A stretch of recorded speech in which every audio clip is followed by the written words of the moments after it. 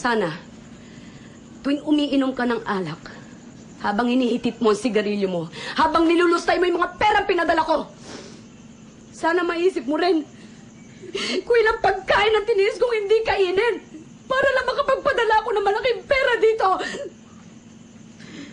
Sana, habang nakahiga ka dyan sa kutsyon mo, natutulog, maisip mo rin kung ilang taong kong tiniis ang matulog mag-isa habang nangungulila ako sa yakap ng mga mahal ko. Sana maisip mo kahit konti kung gaano kasakit sa akin na mag-alaga ng mga batang hindi ko kaano-ano.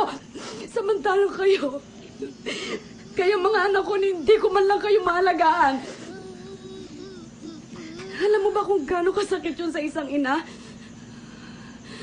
Alam mo ba kung gaano kasakit yun? Kung hindi mo ko kayang ituring bilang isang ina, respetuhin mo na lang ako bilang isang tao.